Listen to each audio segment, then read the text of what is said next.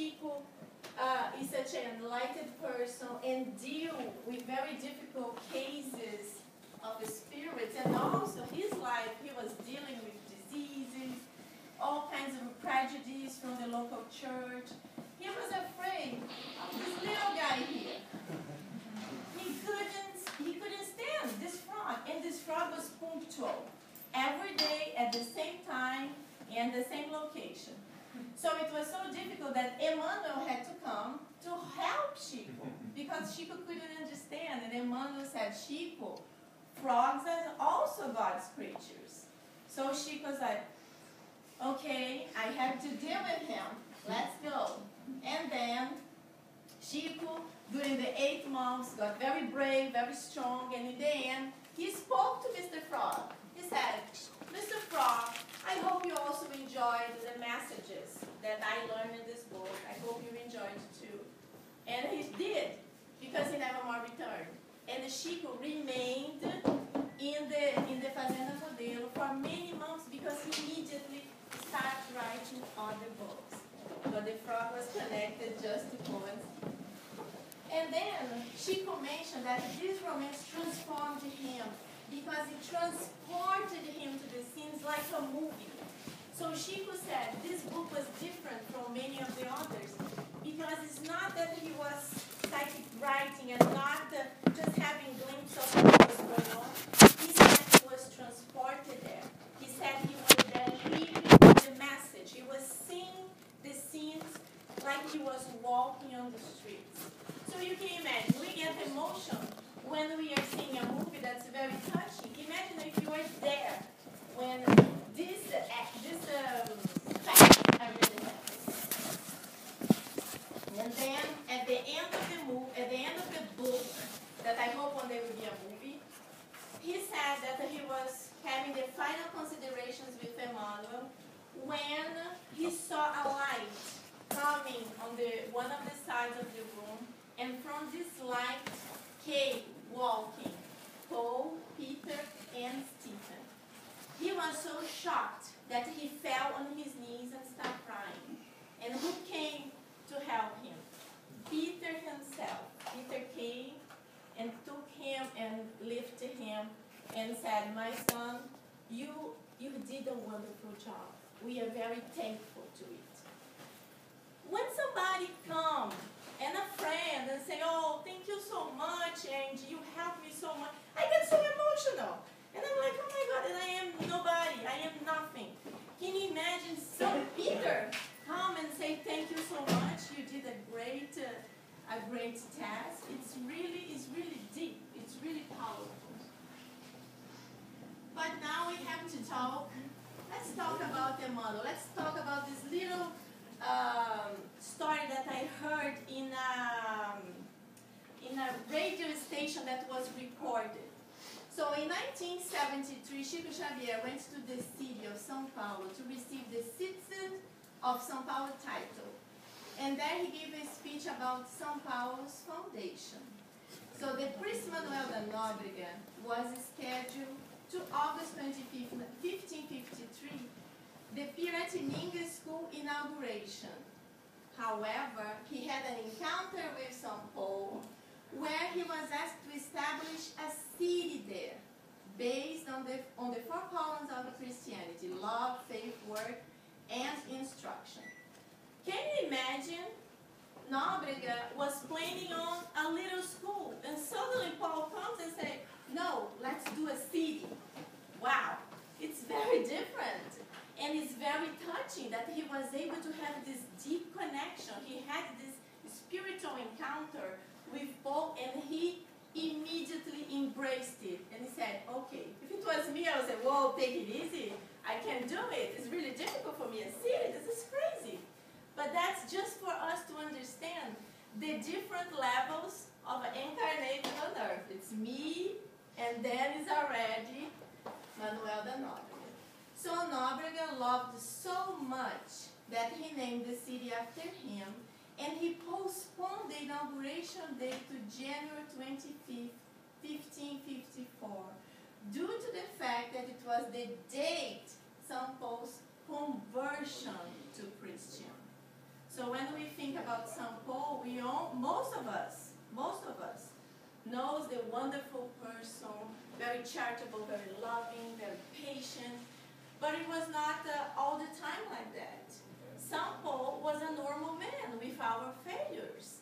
And you know, Emmanuel said that he was always very honest, very good, very straightforward, but he had a belief, and his belief was everything for him.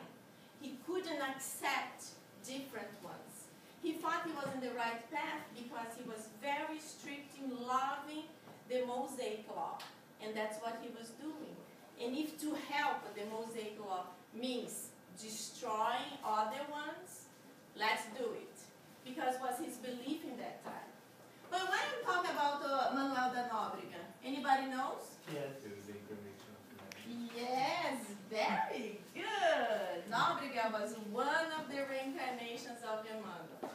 So you imagine, in 1553 he was Nóbrega, and he had this encounter with St. Paul. And then almost in the 1943, he came again, 400 years later, to come to give this wonderful book for us. So it's very powerful. His love for St. Paul is very strong. So now, where's my water? My water is up here. Oh, good. I get so dry. So most of you here, I believe that you know Haroldo Dutra. He's a very popular speaker in Brazil. He's from Minas Gerais. And he's a deep researcher of the Bible studies. And he knows many languages. If you guys think I know many languages, this guy, he knows Greek and Hebrew. And he knows other dead languages too. But it's just that he says it's not so deep enough to be able to be a translator. But he researches Paul of Tarsus for over 25 years. So I really based a lot of this talk in many of his lectures and his seminars. He has seminars about Paul that go for 4 hours. So to be able to talk in 1 hour is really a hard task.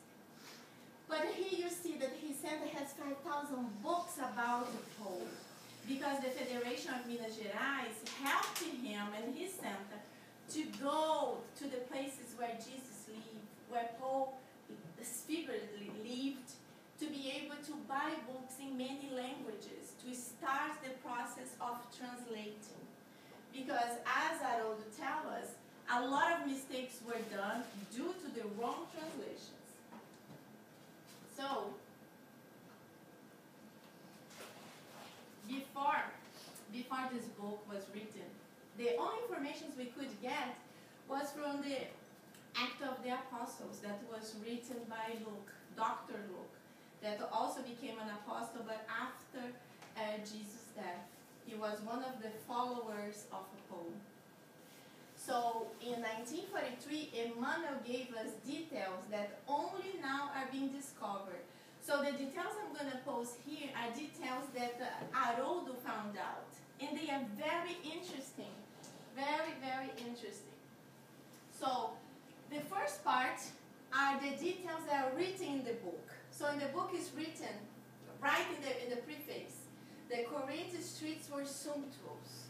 And then Haroldo found out, he got a connection to be able to talk to these Greek excavators that were doing these excavations, and they found out the marble streets in Corinth. There were marble streets. I have a marble little bathroom, and I am so happy with it. Can you imagine a marble street? It's something that is very hard for me to understand. But they were so powerful and so rich that they did that. And also in the year 34 was the period of the governor Licinius Minucius. This also Emmanuel tells us.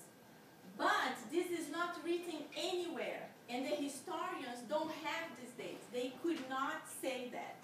But in 2010, finally they were able to find a letter that of the year 34, and it was from Minucius, the Roman emperor.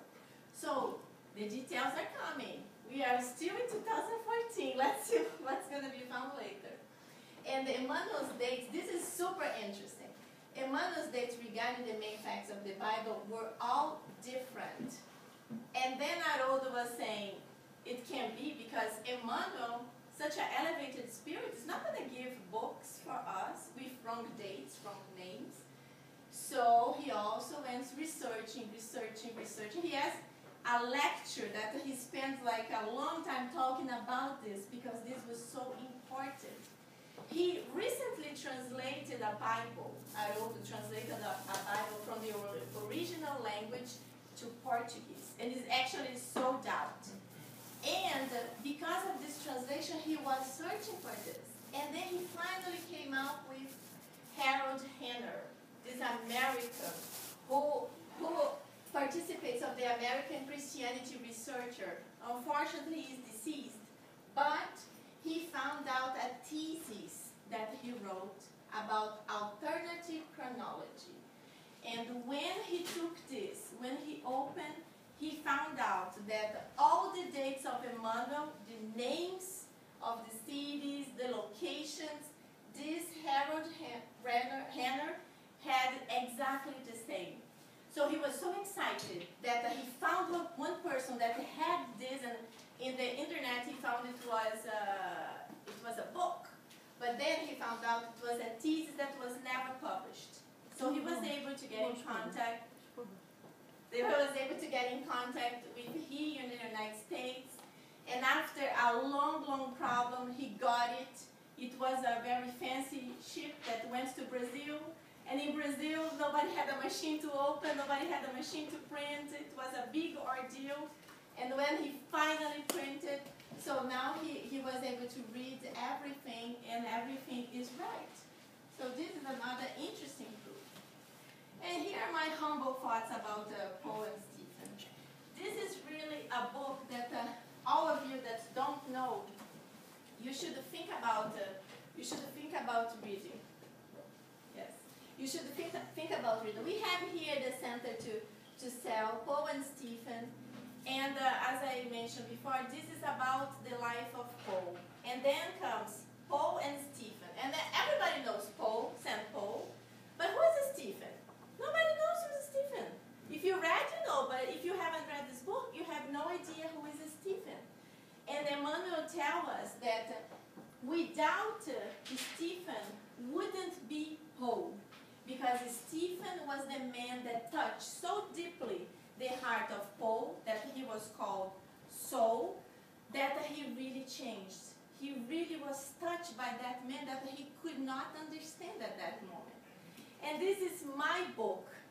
This is my book. The original book was written in 1943. This copy is from 1945, and it's my baby. And I bought this book in 98 when I was searching books for law school. I had no money, so I had to go to used places. And then I was attracted by this book that I heard about Chico Xavier. I knew he was a spiritist. I knew he was very famous. But it was something that never touched me. Nowadays I think, my goodness, how we change. But this is the beauty. We can all change. And it's wonderful when we change to the better. Let's focus on that. So this book touched my life. After I finally read this book, this was so intense, the message was so profound, that I also started my process of changing. And you have to know that changing is not changing from wine to water, water to wine. It's not easy. It's not easy. To change is very hard, it's very difficult, it's very painful. But we can all change, even if a little bit. And then there are, who likes to study about Paul? A lot of people that study deeply always say that Paul was prejudicial against women. So Haroldo also clarifies it, saying no, Paul was never prejudicial to women. Abigail was his fiancée. And in that time, women were basically nothing. Women were not allowed anywhere. And wherever he went, he brought his fiancée with him. Yes, he was very powerful in the politics and in the religion, so he was He had ways of doing it. But he did. He brought her. And another thing is that many of his collaborators were women. Because when you will see later on, when he goes in his travels around, when he goes talking to people, he talked to everybody. He talked in public places. He talked in the synagogues. The synagogues only men. But when he talked in public areas, women were there. Women listened to the message, and we embraced it. You guys had a hard time, but women, it's easier. So that's why women really opened their houses to start the first churches. So it's another thing that you see, he was not prejudicial. And this is the most important of all. Haroldo Dutra also tells us that the many mistakes were done from the translations, because in the time the language was very poetic, was not really said and written, was something that you had to interpret to be able to understand. One of the things that he said that was very interesting is that he said that in the time when people were excited, when people were interested and happy, and when they were exulting about something, they used to write, they had greasy teeth. Isn't that weird? Oh, I have greasy teeth, just to look about this beautiful day. That's very weird, and you can imagine how were the translations, greasy teeth, but that's what he said. In that time, people, when were excited about something, they had like something coming to their mouth, and they felt like they had grease in their mouth. So that's how we can imagine how the translations went wrong. And now we're going to start. Now we're going to really start talking about it. I already started in 1/3 of the book. So you guys please read the beginning. That's very important. And you have to read to fully understand this scene we are going to see here. So the main characters met. The three main characters, they met through Corinth, Joppa, and Jerusalem. The main characters are Jaziel, who changed his name. Jaziel was his Hebrew name. A lot of things happened, and he had to change his name to Stephen. He adopted this Greek name. And then Abigail was Jaziel's sister, but she was also the fiancée of Saul. And Saul, his name later on was changed to Christian name Paul. Tarso is the city where he was born, where he lived. So they met exactly here, in this scene. What happened is that Jaziel was a very strong speaker, a very lucid mind, very intelligent, and he was also Hebrew. He also loved the Mosaic law, but when the facts that happened in the book that you have to read changed so much his life, he decided to change, and he fully embraced Christianity in that time. And he became a very popular person. He was speaking everywhere, and he was able to convert and help a lot of people. So, as I said before, Saul could not understand, could not accept. Saul wanted to help the Mosaic law. He wanted to spread the truth, because that's what he thought, that's what he understood. So we can even bring to nowadays, when we have brothers and sisters from other religions, from other faiths, that they defend it so strongly, and in our minds we are like, this is crazy, I can't take it. You know, we can never think about that. We really have to be more understanding, because you know, the person is doing what he think is the right, and he's doing with religion, so he thinks this is the best way. And every religion that brings to God is good. What happened is that the man changed a lot of things in religion. So men are the ones who make mistakes, not God. In the thought of God, every religion is wonderful, but men are the ones who make mistakes. So here's just characteristics of the personality. So Jaziel Stephen was 25 years old, noble spirit, prudent man, hard worker, an owner of a crystalline consciousness, very faithful to the old law, the Mosaic. But here, as I mentioned, he already embraced the Christian law. And then Abigail, she was only 18. She was beautiful, intelligent, very sweet. And she follows also the faith of her family, also the Mosaic law. But you will see what happens. In that time here, she's also in the faith of the Mosaic law, and she cannot understand her own brother.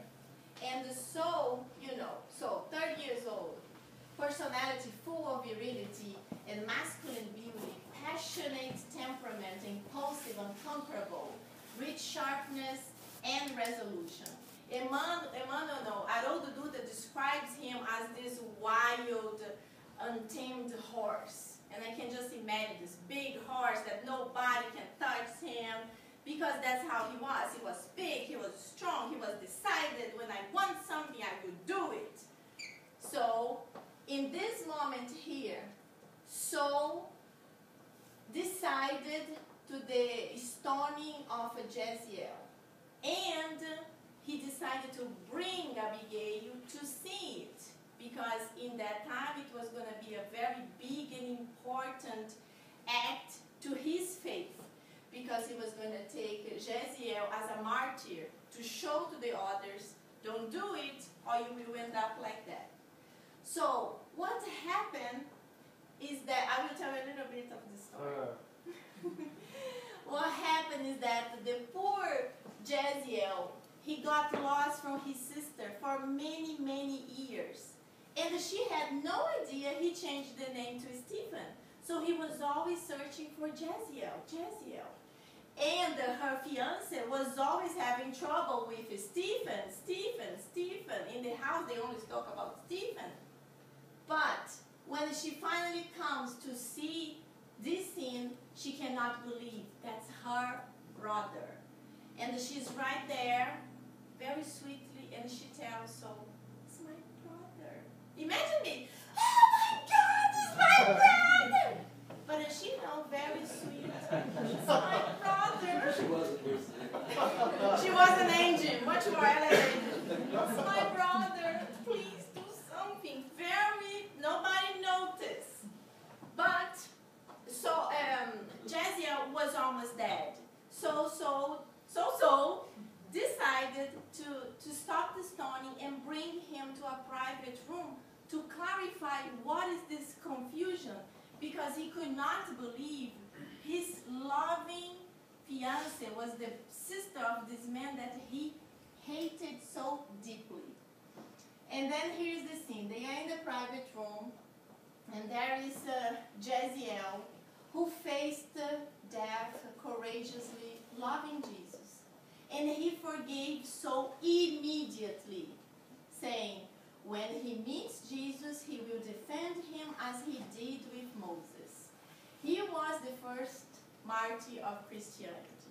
So you can see this man, how elevated, how loving he was. Because this man, Saul, just told the others to kill him, and he's there dying and telling his sister, because he was not even talking to me, telling his sister, forgive him, I already forgave him.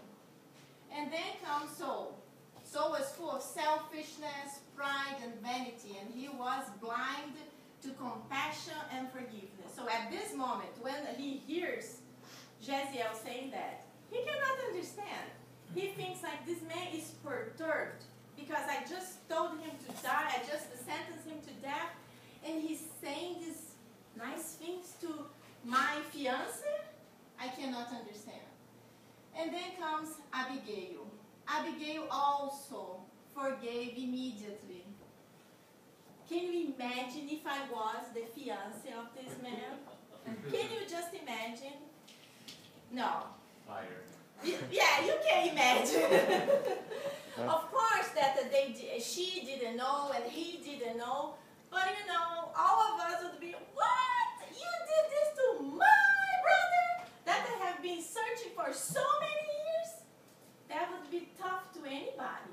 But she was so loving that immediately she said, so I forgive you. I love you. And my brother died forgiving you. So I forgive you too. What a proud soul did. Can you have an idea what the very sweet soul in that time said? He had no idea of what was charity. So he said, that's it. Our relationship is done. You leave here. You could even say you go to your home, but kindness towards anyone, forgiveness for offenses, and indulgence to others' imperfections. So we know that this is charity. Charity is not just giving money. Charity is not being able to donate every month to some kind of charitable cause that we defend. The real charity is really to be able to have benevolence towards everyone, benevolence towards that person that annoys us, that's so difficult to leave, that family member that we can't take it anymore, is to have forgiveness for somebody that hurt us so much, but we forgive. And it's to have indulgence to others' imperfections. If somebody else has some kind of imperfection that annoys us so much, let's think that we are not perfect. We also have imperfections. Every single one of you, and me, I have a lot, especially giving talks. I'm too talkative like this. I should concentrate more, but I can't. So it's my imperfection. I have to work on it. I have to tame myself too. So we all have imperfections. So in the moment that we start focusing on our imperfection and stop pointing fingers to the imperfections of the others, we will be able to evolve. So Emmanuel said, I mentioned this before, that without Stephen there would be no hope. So saw Stephen as an adversary that hurt his pride, but he admired his intelligence, the deep knowledge of the old law, but he could not understand someone wishing to die for an unknown carpenter. Stephen's calmness to die for this Jesus and his high moral attitudes towards him when dying shook Saul's reasoning. So this is the moment after the death of Jeziel, Stephen. That's when Saul starts the process of thinking. It's not that he changed immediately. That's as I said. Our process is not automatic. It takes a long time. Maybe sometimes take incarnations. But at some point we have to start. So Saul's mind was full of conflicts, anguish, disturbance, hatred, fear.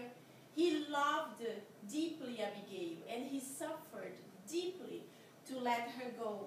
But he couldn't take her. He just couldn't bear the society. He couldn't bear his own consciousness. So he abandoned her. But then, long time later, somebody came to him and told, your ex-fiancé is dying. And then he couldn't believe it. She is so young. When she was 18 years old, how is she dying?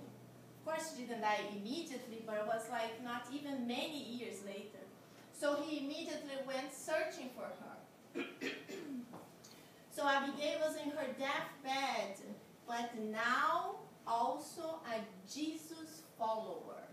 And she was converted by an old man called Ananias. So what happened now? He goes there, talks to Abigail, and he starts saying, I'm sorry, I forgive you. If you forget about all this thing of Jesus, we can go back together. And then she said, no, I will die with him in my heart. And then he's like, I can't believe, who did this to you? Who? And then she says, Ananias, this wonderful person who was able to come here in the moment of my biggest suffering, because you abandoned me. I was alone. I was desperate. I had nobody to go, no family, nothing. And Ananias was the one who extended his loving hand and helped me. So now, what the disturbed mind of Saul wants to do? He wants to kill Ananias. So he's like, I am going to kill this man who converted my ex fiancé. So that's when he departures to Damascus. He has to cross the desert to be able to meet Ananias, who was said to be living in this little town. And there he goes. So when he's crossing the desert, in the middle of the desert, he sees this bright light in the sky, and he falls from his animal.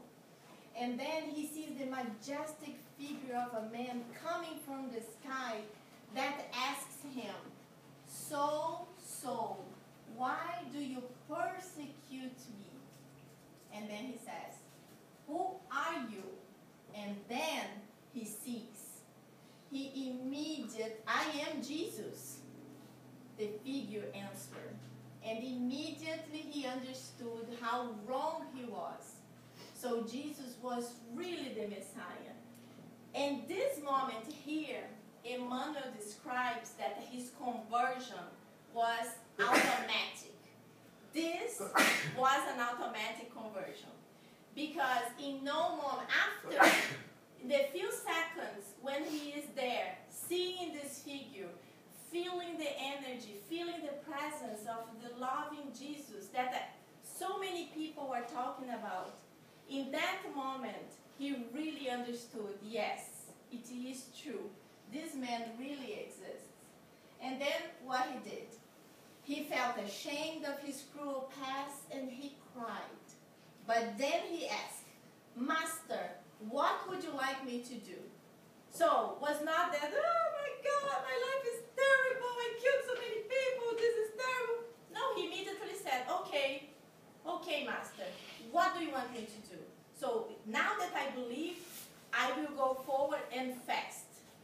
So, stand up, soul. They enter the city, and there you will be told what to do.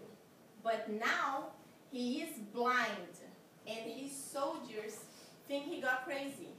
Because he was on the floor talking to this figure that nobody could see, nobody could hear, nobody could understand. And Saul was a very strong man, very energetic. He was not humble. He was not sweet. He was very tough with his employees, with his workers especially. And then they crossed the desert. Only one. He was abandoned by everybody. He finally is abandoned alone in a small inn where he spends 3 days in heartfelt prayers, meditating about his past errors, present difficulties, and future undertakings. So, here you can say that after he accepted Jesus, he also had to spend 3 days. 3 days without eating. He was not even eating. He was abandoned in this inn. And there he was. I think he only had a jar of water. And there he stayed, thinking. That's almost like when we discarnate, that we wake up in the spiritual realm, that we have that movie that shows us all the good things we did, and all the mistakes we did, and our conscience comes so powerful, and we feel that pain, because when we discarnate, we are able to see that we could have done so much more, but we were lazy, we were tired, we didn't want to do, we did certain things that we shouldn't, and that's what he was thinking.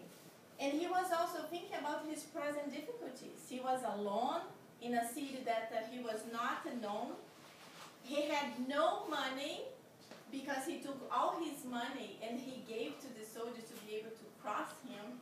And then he was thinking about his future undertakings. What I'm going to do now? Because now I believe in this Jesus. Now I have to do something towards this Jesus. But then somebody knocks at his door. And who was? Ananias himself. This is really amazing. I have to interpret. I'm Ananias. I'm doing something, and then Jesus comes, and Jesus says, "Ananias, I have a mission. You have to go to the small inn to meet Saul." And Ananias, "Master, Saul, that man that is famous for searching for the Christians to exterminate?" "Yes, Ananias, this one." "Oh my God!"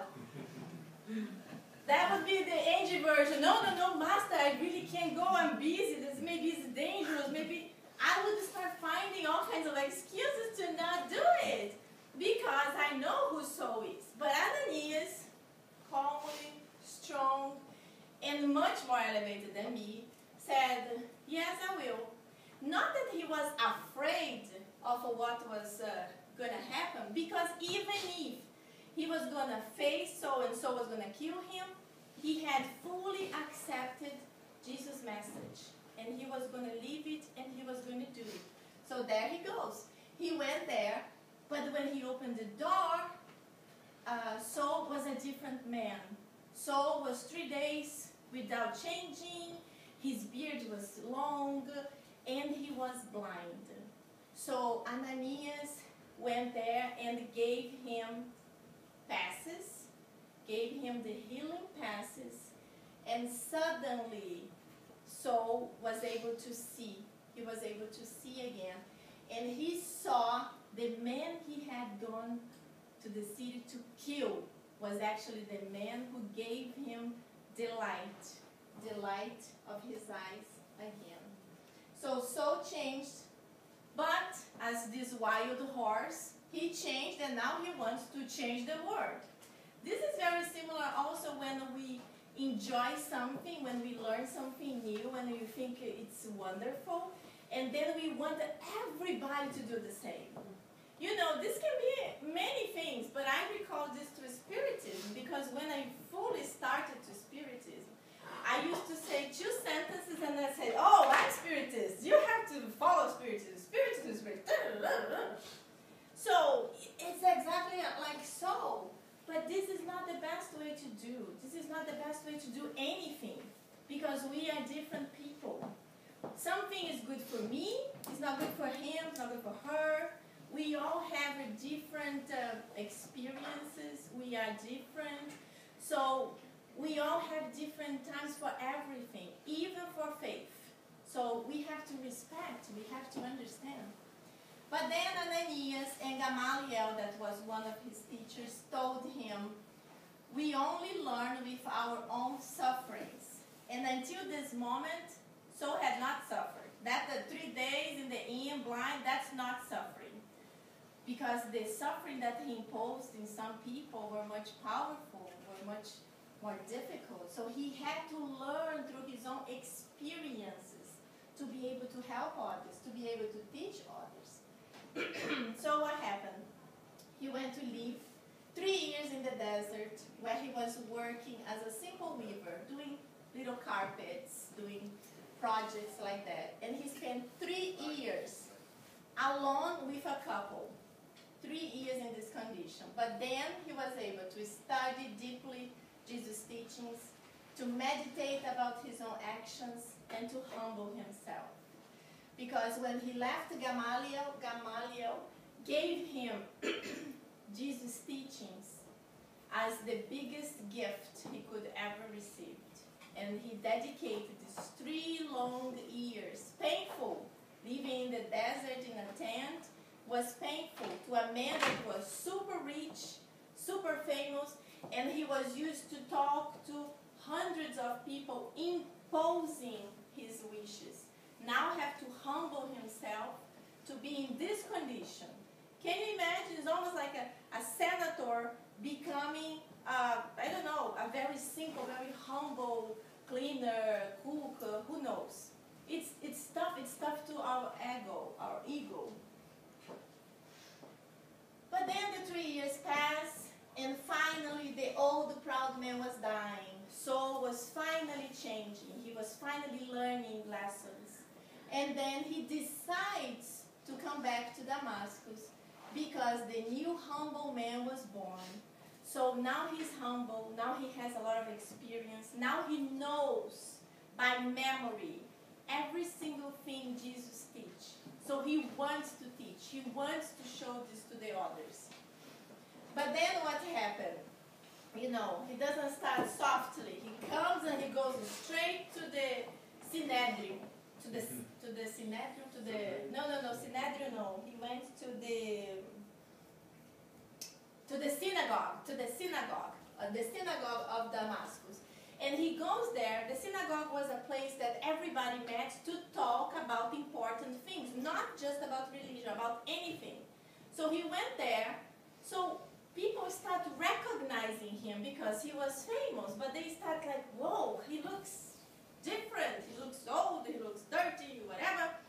And when he started talking about Jesus and Christianity, they couldn't believe it because they thought, oh, he's crazy, or he was converted to what he wanted to destroy. So immediately they wanted to kill him. So he had to escape, and was Ananias who helped him to escape. So he started understanding also that the old friendships were based in power and interest. This was very painful too. When he started realizing, he started going to his old friends to ask for help, saying, I am a Christian now, but we were best friends. Could you give me money so I can know? And he was like, I cannot understand. How can somebody that really was my best friend to treat me like that? But he understood also that his new friendships were very humble, but they were all based on love, hope, and brotherhood. So this is for all of us. You know, many times we say, oh, I have thousands of friends on Facebook. Are they friends? No. They are your colleagues. They are people that maybe you saw one time and you exchange emails, but maybe you don't even exchange the same thoughts. If you get sick, if it's not a party, call that Facebook friend to see if he's going to go. No, because your real friends, the ones you have the phone number, the email, the address, these are the ones who will come to help you. These are the ones who are connected to you because they really love you. And that's how we have to start basing our friendship. Our friendship you can see in the difficult moments, in the moments we have problems. Because parties and events is something very different. So when we fully change, our interests and friends will change too. This is something that I talk here all the time.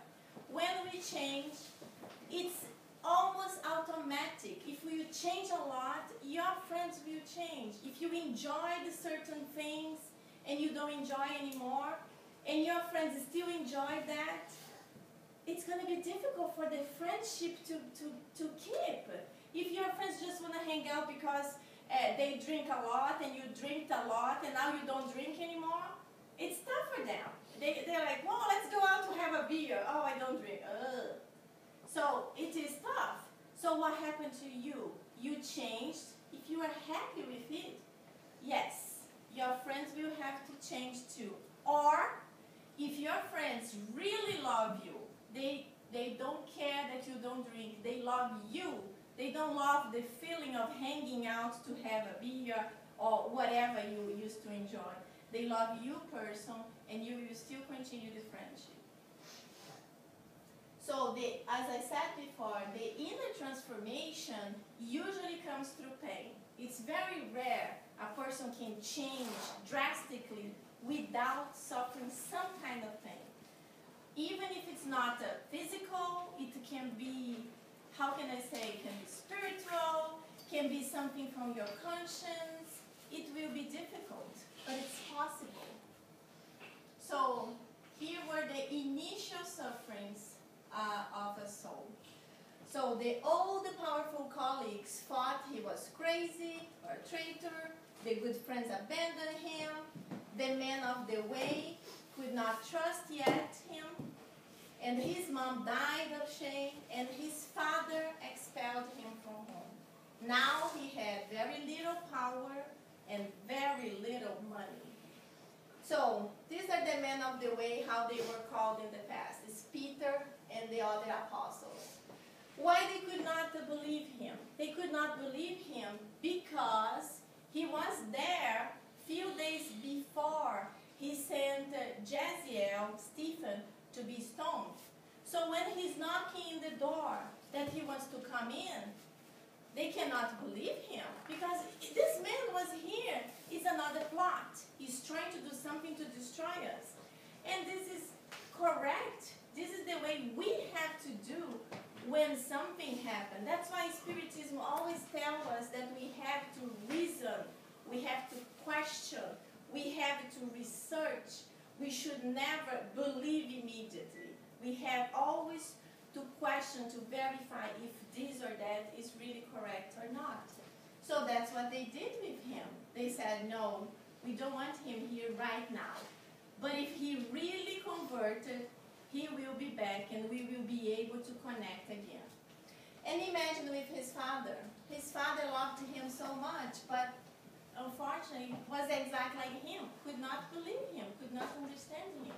So sent him away, didn't even want him to stay in the house. And then he was desperate. He didn't know what to do.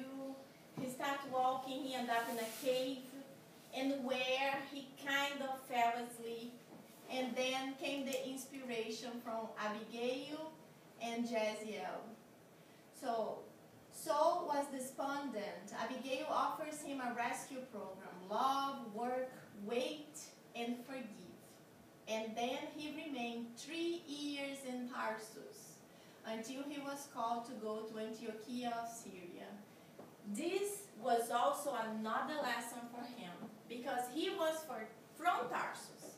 He was well known. He was son of a very rich person. He was super educated. He was super intelligent. And now he walks the streets asking for work, offering his job to be able to make little carpets. All the people could not understand. His father was getting so ashamed of his son walking in that situation that he wanted to get away. He wanted to disappear of the city. But this was also another process for humbling the ego of a soul.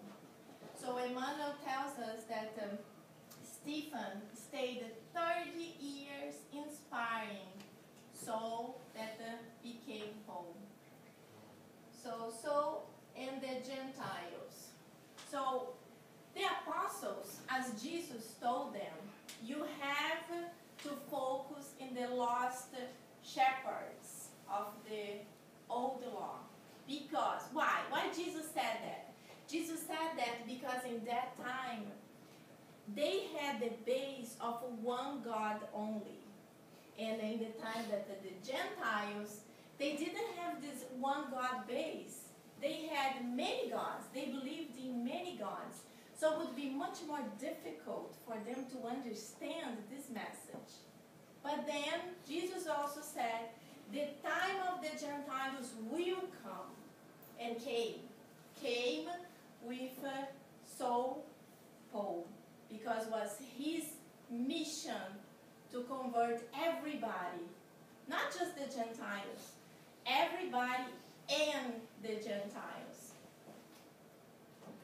So this is the first trip. His first big trip, he went with Barnabas. And here you will see the missionary travels. He did 4 long trips. So can you imagine this area here? You have no idea. It looks small, but it's not. It's gigantic. It's a gigantic area in the time that there was no airplanes, there were no cars, no trains. He did almost everything walking or by boat.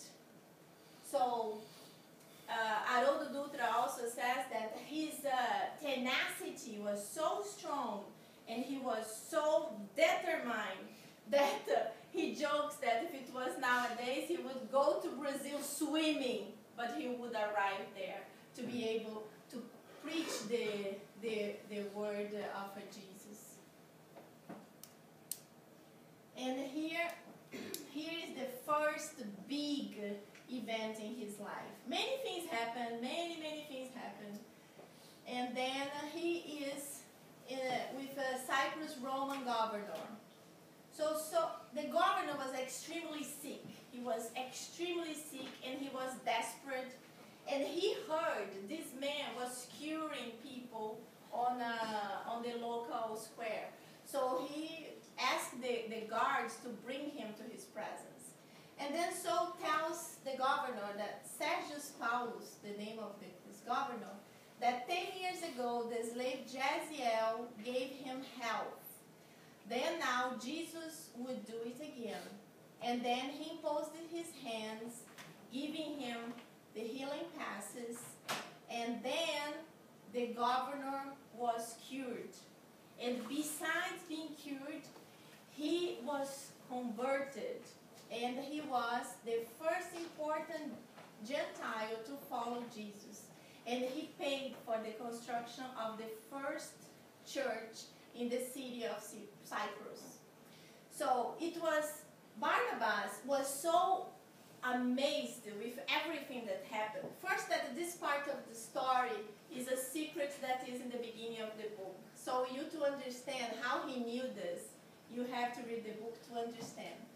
But besides this story that Barnabas didn't know, was the curing also the governor, that was so powerful that converted the man, and immediately he accepted, that Barnabas told him that he should change, because now he was a real new man, because he really should change even his name to demonstrate his new faith. And that's what he did. But he didn't want a name so different. He actually said that he wanted a name very close to his name, so we would be able to keep him thinking about what he was before his conversion.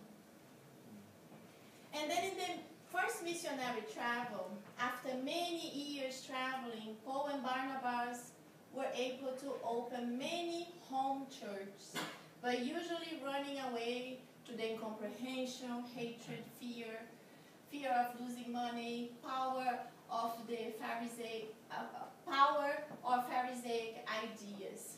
All this that the people of that time could not combat. They could not go against it. So they always ended up in beatings, in stonings, and in imprisonment.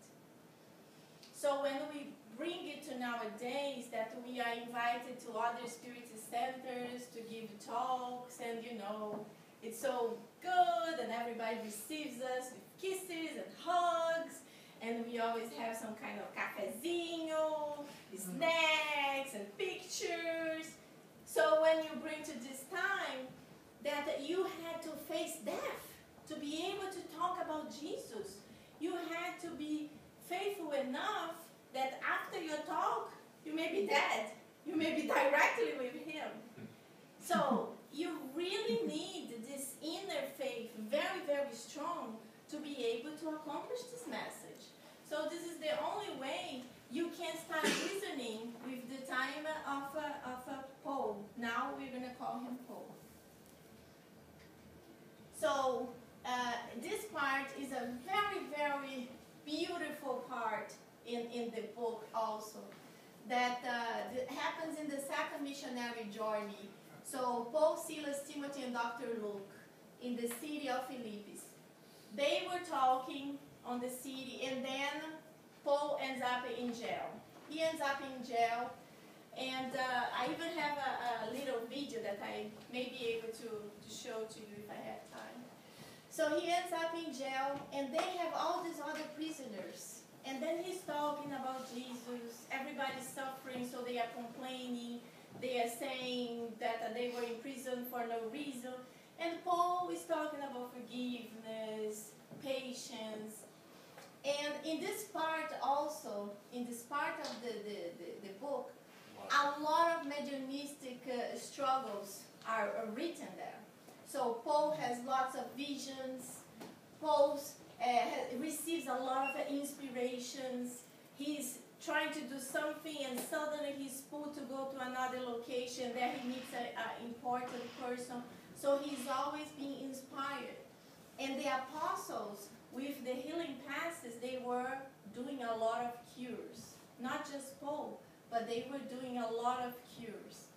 And then there is the psychic woman who actually is able to give a message from a spirit in the middle of everybody.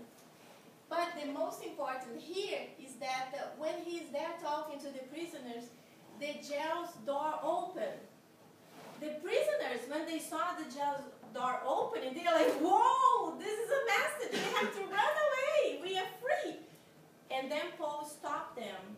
And Paul said, no, let's not do that. Let's stay here. Because if we are here, it's because something sent us here. We have to fully embrace it, live it, and understand why we are here. So he continues talking. The prisoners don't run away. Nobody leaves. And then, oh no, let me talk before. Then, the guard wakes up because he had fell asleep. And when he sees the doors open, he sees the prisoners. He doesn't know if somebody escaped or not. He's ready to kill himself because if it's found that somebody escaped, they're going to kill him. So when he's going to kill himself, Paul stops him and tells him, there is no need to do that. Nobody escaped. We are all here.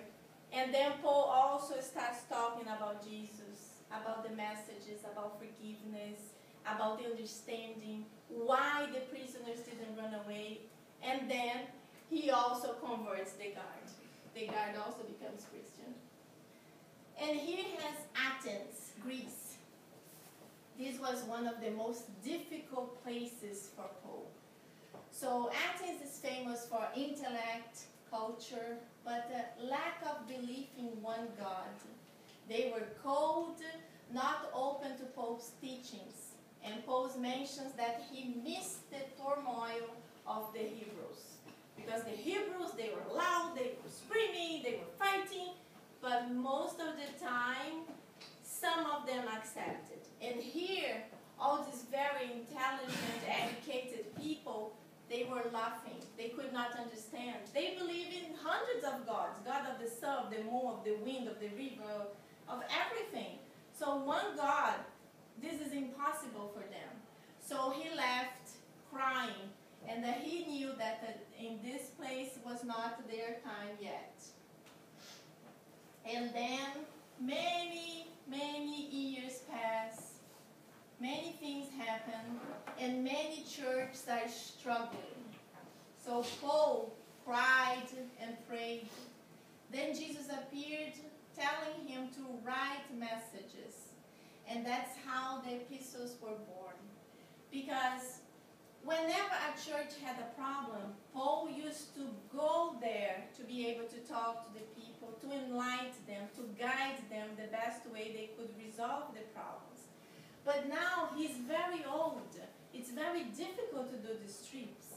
And in this time he was actually in jail, so he couldn't do it.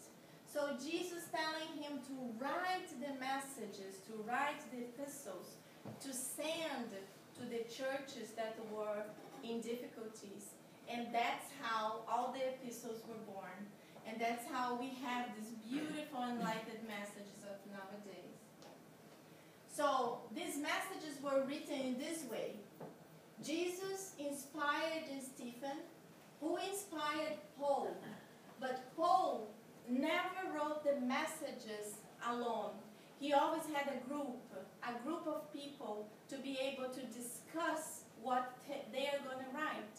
And this is the best way, because when we have a difficulty, when we have a problem, the best way is to be able to talk to somebody else who is more or less like you, that understands the message and can help you, guide you to write an enlightened message to that struggle.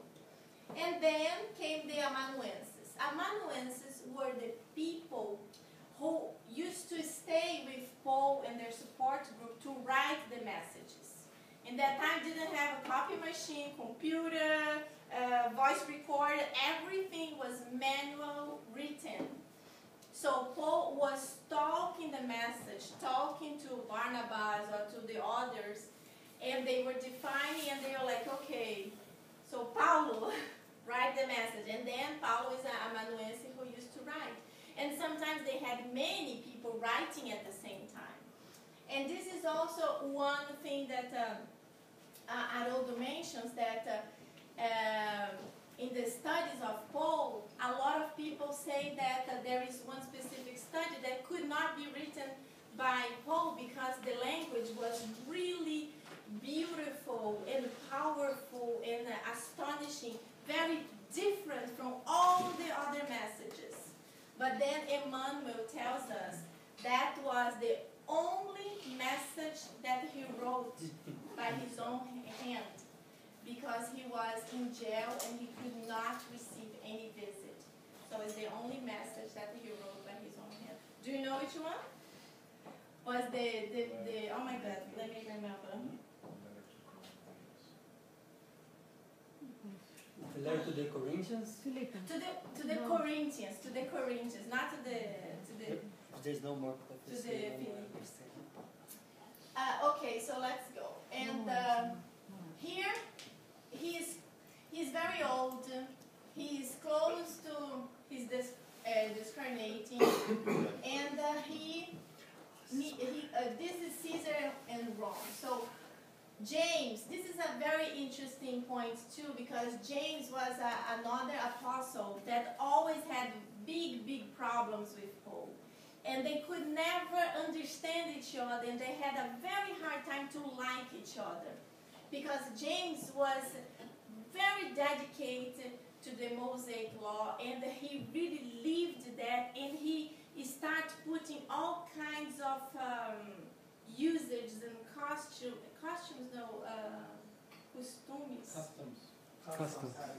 habits, all kinds of habits of the Mosaic law in the Christianity, in the Christian studies.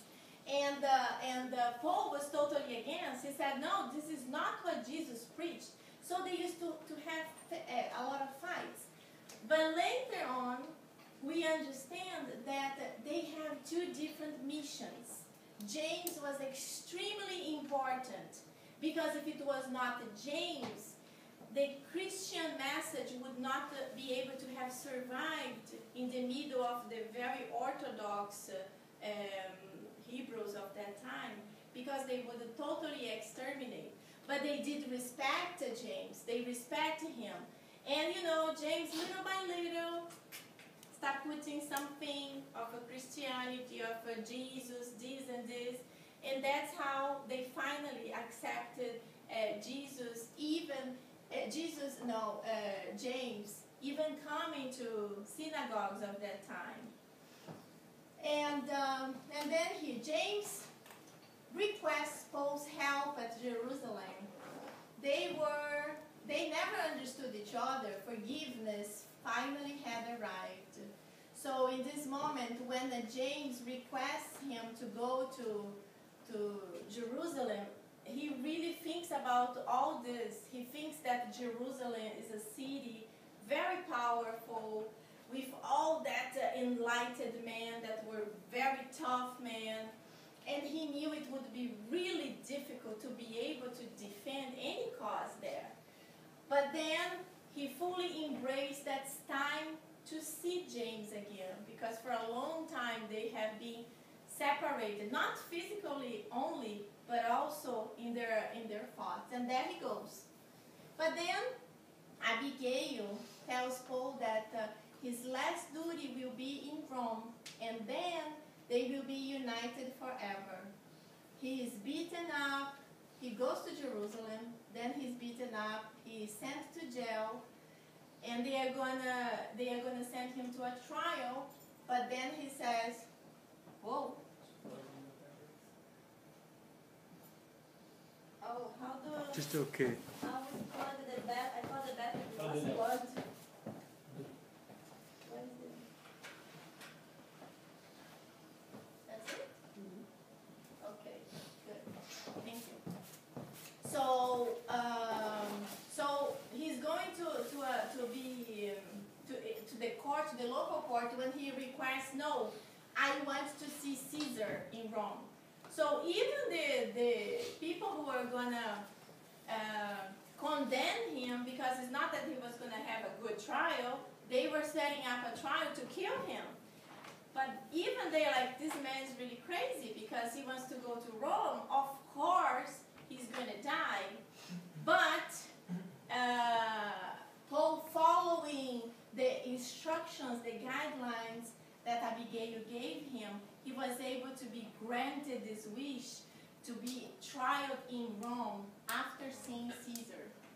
So it was not immediately. It took 2 years. He was 2 years in prison. And finally he was sent to Rome. And then when the date he's going to be leaving to Rome, all the churches of all that areas, they all come to see him, to say their final goodbyes, including old James. So the description in the book is so powerful. When these 2 very strong men who never liked each other see each other, finally understand each other, understood their different missions, because the aim was Jesus, even if they had very different ways of arriving there. So they finally understood each other, they hugged each other, and they embraced in this final goodbye. And then, through these 2 years, the centurion, Julius, was friends with Paul. He was his good friend. So he allowed Paul to travel with other friends. Paul didn't even travel alone in this ship. He traveled with other friends. But the most important of all, he allowed him to preach in every city on the way to Rome. So when in that map that I had passed before, I had 4 trips. The last trip is this. The last trip, he's already in prison and he's going to Rome, but then he's able to stop in every single city on the way. Oh, and another thing, in this trip that you can imagine how were the trips in that time. So many things happened. Even their ship sank. Even the ship had problems. And Paul had so many opportunities of running away, and he actually helped the people. He actually had visions of what was going to happen, and he tried to avoid it. But nobody listened to him, but he remained faithful. He never ran away. He even helped the guards to take another ship and go to Rome. So finally they arrive in Rome, and this is in July 16 of the year 64, when Rome burns. This is very famous. The whole city burned. A lot of people died, but this was no mere coincidence. It's also written in the book. Nero had planned. He planned everything in detail.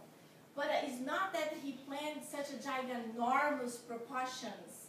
It was much bigger burn than what he expected. And then now he needs something to blame. He needs something to put the guilt. Who did that? And then he decides to blame the Christians. So he increases persecutions. And then he also created the circus, was brand new. And he wanted some kind of activity to happen there. And that's when he needed the martyrs. And that's when all the Christians were being brought to the circus. And that's when all that horrible things we have seen in movies happen. The lions that were starving for weeks were sent to eat these poor Christians. I think it's empalement, the word, when they were impaling people in crosses and they were burning them alive. So it was all kinds of horrible activities that unfortunately were something that were interesting, and the people really went there to see it. For me, it's very hard to imagine people going to a place to enjoy seeing other people being killed this way, but that's how it was. But then, after this happening, he finally meets Paul, because Paul was abandoned for 2 years in jail, and he could care less about this Paul.